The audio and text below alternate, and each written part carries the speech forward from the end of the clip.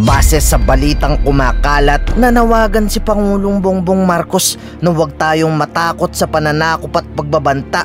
Kasunod ng mensaheng binitawan niya sa China, harap-harapan pa mismo, muntik maiyak sa takot si Wang Xilian. Ayon kay PBBM, bilang tigapagmana ng kalayaan ng lahing Pilipino ay sinusumpang ipagtatanggol tayo ni BBM, pero magagawa lang daw niya ito kung lahat tayong mga Pilipino ay magtutulong-tulong lumaban ayon kay BBM.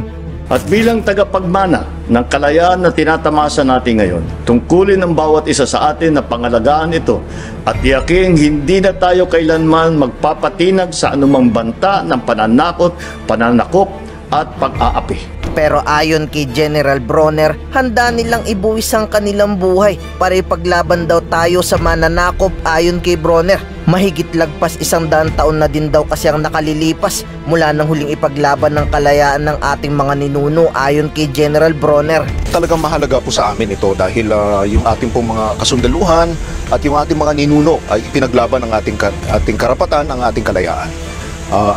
Yun po ay nangyari 126 na taon nang nakaraan, pero ngayong panahon na ito, tayo po ay humaharap din na naman po sa isang pagsubok. Kaya't kailangan pong magkaisa tayo mga Pilipino para ipaglaban muli ang ating karapatan at ang ating kalayaan. Ang mamatay ng dahil sa iyo, no? Dahil yun po yung pinaka essence ng aming profesyon, no? Dahil inaalay po namin ang aming buhay para sa ating bayan. Pero speaking of buwis buhay para sa kalayaan ng Pilipino, matapang din sinabi ni BBM, hindi nga natin inurungan yung mga Kastila. Ano pa kaya yung ibang lahing hindi naman talaga taga rito? Sabay sabing handa niya muli itong ipaglaban. Wag lang daw mawala ang kalayaan nating mga Pilipino. Ipakita natin sa buong daigdig na ang tunay na kapangyarihan ay hindi nasusukat sa lakas o sa yaman, kung hindi sa tunay na kahulugan at katwiran ng ating ipinaglalaban, sa alab ng pag-ibig sa bayan at sa di matatawarang pagkakaisa ng ating mga mamamayan. Mananatili tayong matatag at hindi tayo matitinag. Sa madaling salita, hindi lamang tayo lumilingon sa nakaraan ngayon, isinasabuhay natin ito sa bawat hakbang na natungo sa mas malayang hinaharap.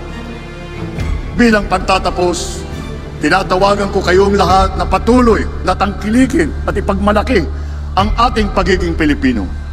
Tayo ay babangon at aangat bilang isang bansa na may malinaw na pananaw sa kinabukasang inaasahan.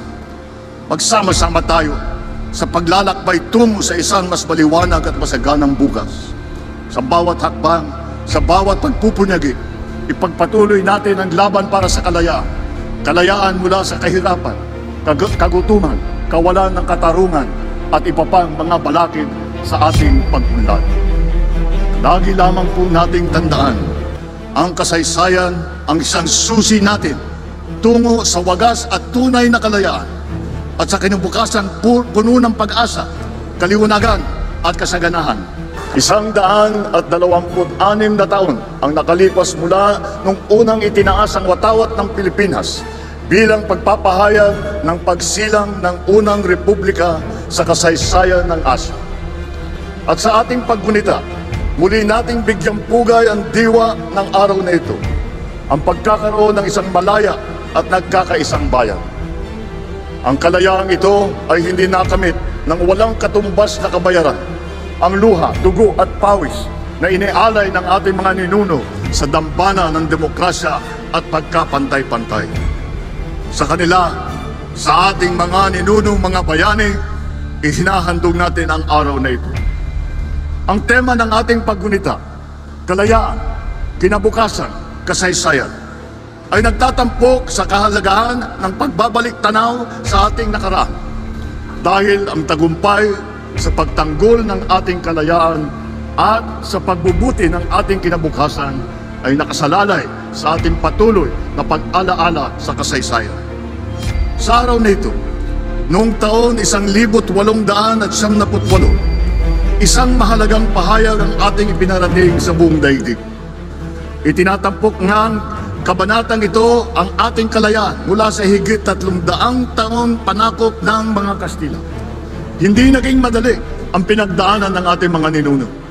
Ngunit sinikap pa rin nilang makalaya at tanikala ng dayuhang pamumuno.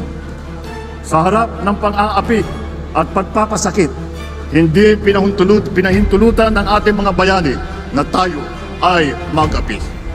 Ang pagpaslang sa 3 paring sekular na sina Mariano Gomez de Los Angeles, Jose Apolonio Burgos y Garcia at Jacinto Zamora y del Rosario, o mas kilala natin bilang Gombursa, ang siyang pumukaw at nagbulat sa kamalayan ng taong bayan sa ating pagkabansa na hiwalay na tayo sa Espanya at sa simbahang Katolika. Ang kanilang di makatarungang kamatayan ang siyang nagsilbing mitsa sa pagsiklab ng mga kilusang nasyonalismo. Una rito, ang mga reformista na pinangungunuhan ng mga ilustrado tulad ni Jose Rizal, Marcelo H. del Pilar, Graciano Lopez Haina, at ang mga magkapatid na Antonio at Juan Luna. Gamit ang kanilang angking dunong at galing, nakipagsapalaran ang mga ilustrado sa pangingibang bansa upang pag-aralan, siyasatin at isulong ang mapayapang paraan ng pagbabago. Pinangarap nila na makapit ng mga Pilipino karapatan na mabuhay ng payapa at ang kapangyarihan na ihalal ang kanilang mga pinuno. Subalit ito'y hindi napakinggan ang panawagan ni Jose Rizal. Bagkus ay ikinulong at sinikil ang kanilang kalayaan. Dahil dito ay sumiklab ang mga kilusang revolusyonaryo sa pangunguna ng mga katipunerong iniibig na palayain ang ating bayan sa pamamagitan ng mas mariling pag-aaklas. Noong ika-23 ng Agosto, taong 1896, pinunit ng mga katipunero ang kanilang sedula na naghudyat sa simula ng himagsikan laban sa mga Kastila. Ang kamatayan ni Jose Rizal sa Bagong Bayan na ngayon ay tinatawag natin na Luneta, ang siyang nagpatibay sa damdamin ng mga revolusyonaryo na ipaglaban ang kalayaan ng ating bansa. Matapos ang pakikibaka sa loob ng maraming taon sa ilalim ng pamumuno ni General Emilio Aguinaldo, tuluyan nang nakamit ang ating kasarilan noong ika-12 ng Hunyo ng taong 1878. Noong ika-23 ng Enero, taong 1879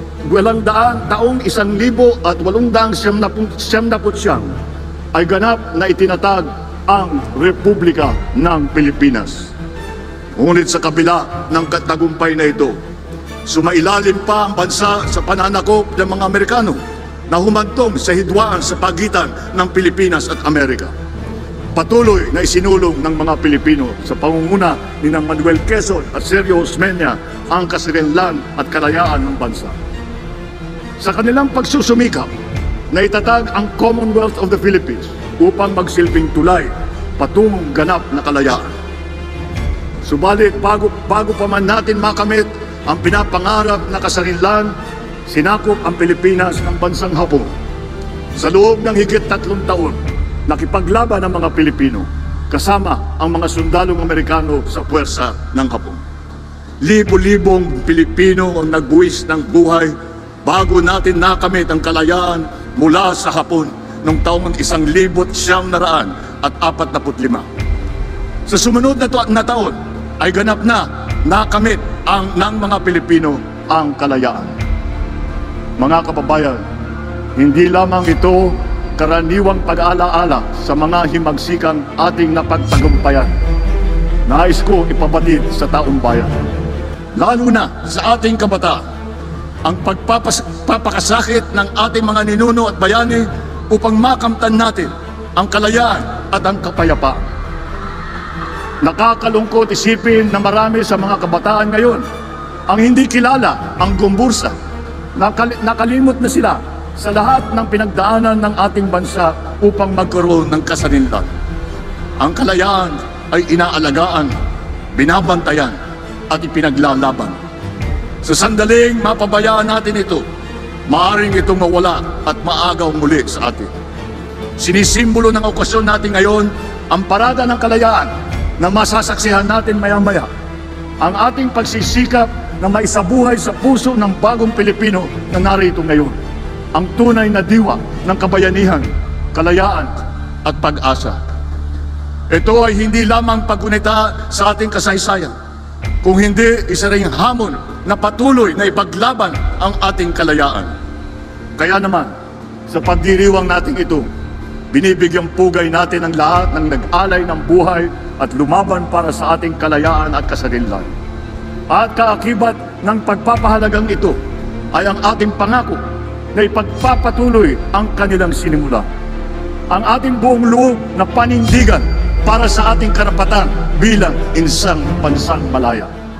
Ang ating tapat at masiglang pakikilahok sa mga gawaing makakabuti sa ating mga pamayanan at ang ating walang humpay na pagsisikap upang mapabuti ang pamumuhay ng ating mga mamamayan. Ang ating mga ninuno ay hindi umurong sa digmaan, kaya tayo ay hindi rin tatalikod sa tungkuling ipagtanggol ang ating nasasakupan. Mabuhay ang Pilipinas! Mabuhay ang ating kalayaan! Mabuhay ang laing Pilipino ngayon at magpakailanman! Ngayon ikaw bilang Pilipino, ano ang masasabi mo at reaksyon sa balitang ito? Mag-iwan ka ng komento sa ibaba at atin pong babasahin isa-isa.